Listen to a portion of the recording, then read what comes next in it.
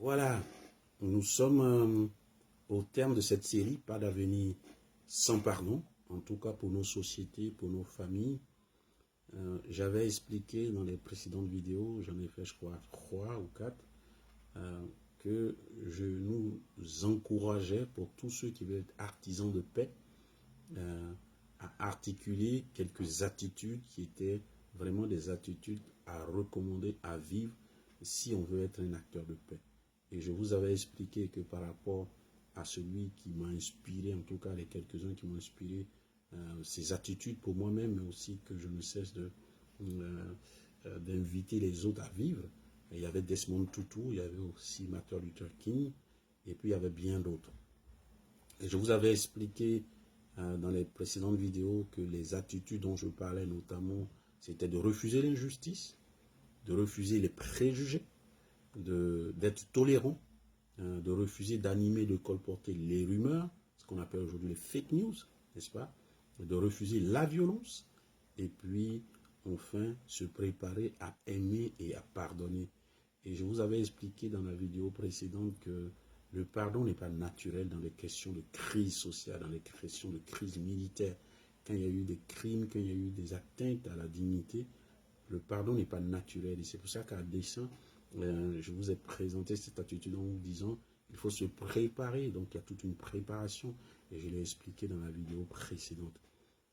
Au terme donc de cette série, j'aimerais vraiment nous encourager, nous qui avons des contextes sociaux, politiques compliqués, difficiles, on n'est pas dit parfois des contextes socio-militaires très violents, à ne pas baisser les bras, à espérer que si nous faisons notre part, nos pas dans nos petites sphères, cela a toujours une utilité. Et je cite une fois de plus Martin Luther King qui disait « Si nous n'apprenons pas à vivre ensemble comme des frères ou comme des sœurs, alors nous mourrons ensemble comme des imbéciles. » Et trop souvent, c'est ce que nous constatons. Nous constatons que dans les crises, fort de nos aigreurs, fort de nos blessures, fort de nos radicalismes, pour ne pas dire notre radicalité, nous ne faisons pas cet effort de sagesse humaine de finalement dire bah, nous sommes là sur le même territoire, nous sommes là dans le même village, nous sommes là dans le même quartier, nos enfants sont là. Alors, comment faire pour qu'après il y ait une vie communautaire? Comment faire pour qu'après il y ait une vie dans le même pays, puisque finalement nous vivons presque tous dans le même pays, à part ceux qui arrivent à s'exiler et à fuir. Et même ceux-là sont invités plus tard à revenir. Alors Desmond Tutu disait aussi que pour les croyants, donc pour ceux qui ont la foi, notamment les chrétiens, l'histoire de l'humanité ne serait qu'une quête de l'harmonie, de la fraternité, de la paix, pour lesquelles nous avons apparemment été créés. Qu'au plus profond de nous, nous semblons savoir que nous avons été créés meilleurs. N'est-ce pas que les textes fondateurs, notamment ceux de la Bible d'Israël, n'étaient pas que tout ce que Dieu a créé est bon, mais que le péché, donc ce mal, qui est comme un virus, nous a contaminés et nous pousse plus au mal qu'au bien. Alors, nous voulons faire cet effort dans une société humaine, à articuler ces attitudes-là, les attitudes qui nous poussent à la réconciliation, cette action qui est de remettre en accord ou en harmonie des personnes ou des groupes sociaux qui ont été brouillés, qui se sont opposés, qui ont eu des crises ouvertes, qui ont eu des confrontations. Si nous sommes les habitants d'un même pays, d'un même quartier, d'un même village, d'une même famille, nous sommes invités tôt ou tard à vivre ensemble. Alors, à articuler ces attitudes nous aiderait richement à être dans nos contextes, qu'ils soient petits, grands ou vastes, à des artisans de paix. Et puis la réconciliation implique que finalement, on a quand même eu le temps de parler de ce qui nous a divisés. Arriver au moins à mettre des mots sur les mots M-A-U-X que nous avons pu subir ou faire, et qu'on a fait l'effort d'être des hommes et des femmes un peu dotés d'intelligence et surtout de désir de vivre en paix, de nous parler, d'essayer de nous comprendre, ce n'est pas toujours évident, et puis de créer des passerelles. Mais cela ne passe pas que par des discours, cela passe aussi par des attitudes. Et ces attitudes-là, je vous en ai donné quelques-unes, et que je pratique, que j'essaie de pratiquer moi-même, et que je ne cesse de conseiller.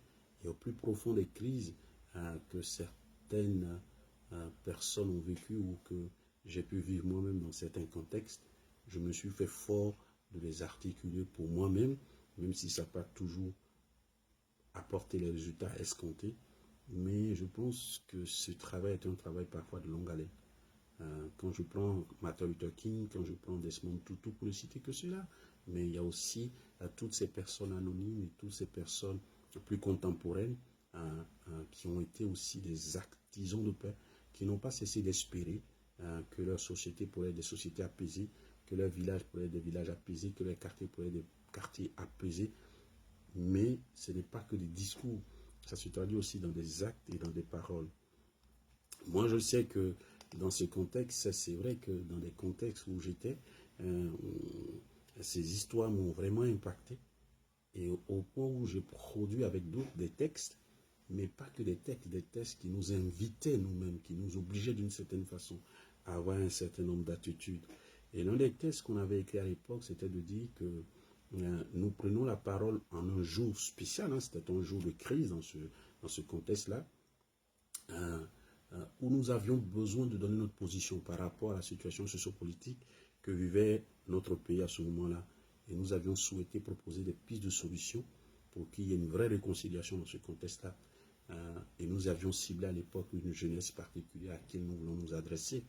Nous constations, en ce moment-là, et moi avec, je constatais que par la force du mal et de la gestion des hommes, des ressortissants d'un même pays, des concitoyens, étaient devenus ennemis. Ils étaient devenus des étrangers, ils étaient devenus des personnes éloignées les unes des autres. Et plusieurs expressions se rapportaient à cet état de fait-là. Et même on le voit encore dans plusieurs contextes où il y a des crises sociopolitiques, des crises militaires. À certaines parties de ces pays-là, on les appelle les loyalistes, et d'autres parties, on les appelle les rebelles.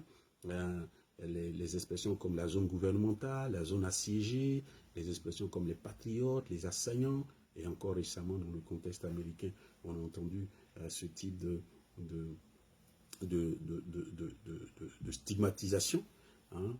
Et on voit que tout cela fait partie malheureusement de notre nature, qui est une nature qui aime plus le mal, qui aime plus faire le mal que le bien.